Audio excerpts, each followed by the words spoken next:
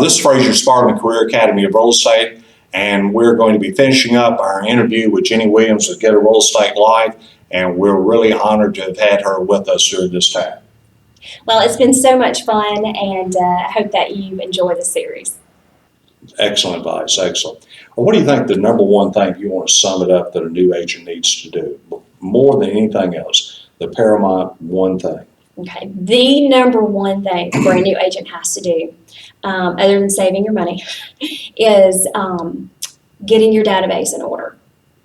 You are not going to come right out of the gate working with people you don't know.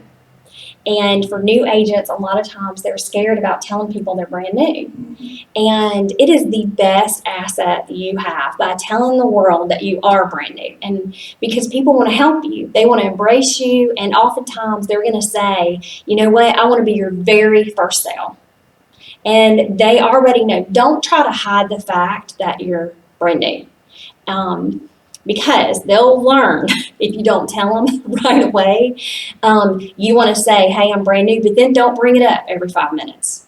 You know, have help to support through that first transaction. But you'll be surprised how many people say, hey, I want to be number one. I want to be the first person to help you in your new business. So use it as an asset.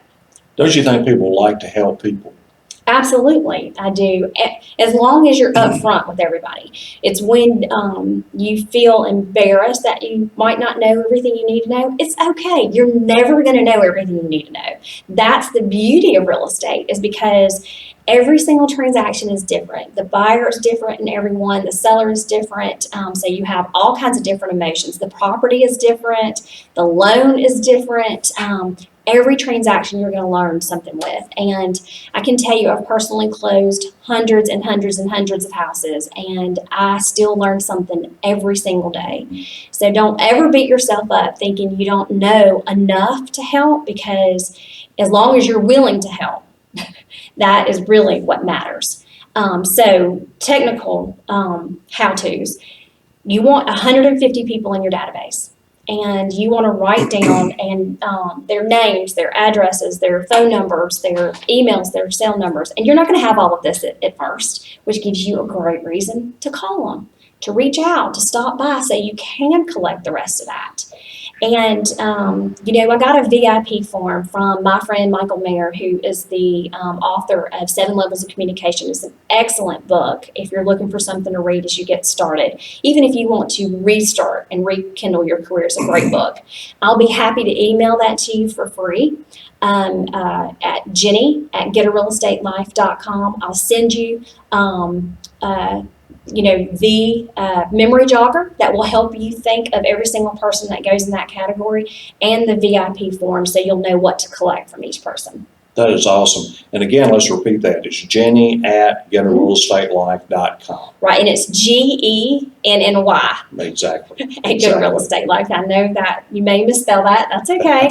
And I'm sure there'll be a link to those free resources available to you on this email as well. As you know, we also sell the broker courses for people who have a real estate salesperson's license and they're going to get a broker license. And those kind of people, maybe right now they're not necessarily going to move up to the next level of starting their own company or becoming a manager. But what kind of advice could you give these people?